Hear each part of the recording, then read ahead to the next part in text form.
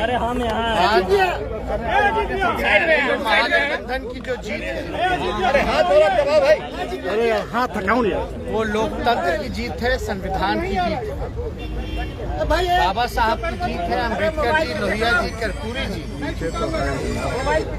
इन सबों की जीत है, इनके विचारधारा की जीत है, एक भाईचारा की जीत है और ये बिहार के लोगों की जीत, और एक बिहार के लोगों ने एक बार फिर से देश में संदेश दिया है, ये संदेश दिया है सभी लोगों को जो देश को एक रखना चाहते हैं, गंगा जमुना तहजीब को कायम करना चाहते हैं, जो देश की प्रगति चाहते हैं, जो सांप्रदायिक शक्तियां हैं जो केवल जुमलेबाजी करती हैं, गरीबों, किसानों, नौजवानों, जो आम नागरिक हैं इस देश के, इस राज्य के,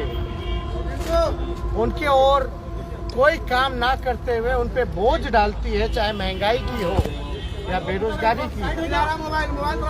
या जितने वादे केंद्र सरकार द्वारा किए गए थे जो पूर्ण नहीं किए, चाहे बिहार का विशेष राज्य का दर्जा हो या बिहार का स्पेशल पैकेज हो,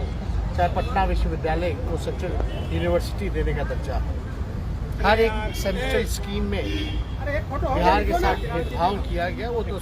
सारी बातें आज सदन में हुई है। हम ये कहना चाहते हैं कि संदेश आज बिहार विधानसभा से पूरे देश के विपक्ष को गया है, जो अमन चैन चाहते हैं, उन सबको एक उम्मीद जगी है, एक विश्वास पैदा हुआ है, और ये संदेश साफ है कि जो डरेगा वो मरेगा और जो लड़ेगा वो जीतेगा। और हम सब लोग समाजवादी विचारधारा के लोग, ये हमारी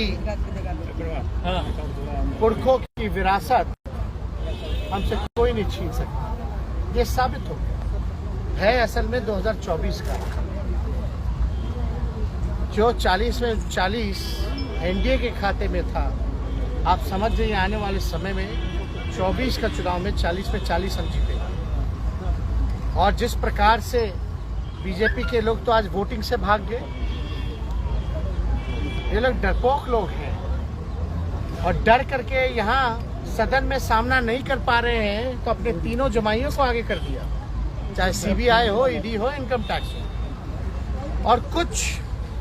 गोदी मीडिया एक सुबह से एक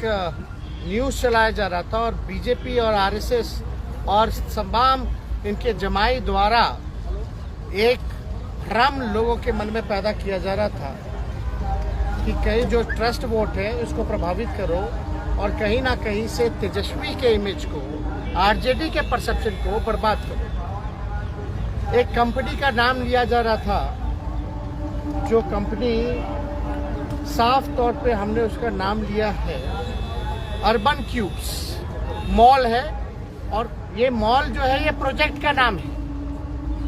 हमने पता करवाया ये कि भाई ना मेरा लेना देना, ये कहाँ से कौन मेरा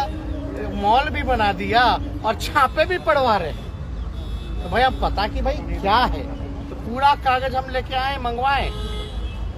लोगों से। आजकल तो सारा ऑनलाइन है, कुछ डिटेल तो आपको मिल ही जाता है, सारी चीजें। और हमारा तो जो कुछ है सबके सामने एफिडेविट में दिया हुआ है, चाहे हमारे परिवार का, या हमारे पुरखों की संपत्ति हो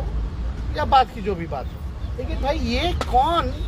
ये चला रहा है इस तरह की न्यूज़, अर्बन क्यूब मॉल है, और असल में उस कंपनी का नाम जो सेक्टर 71 गुरुग्राम में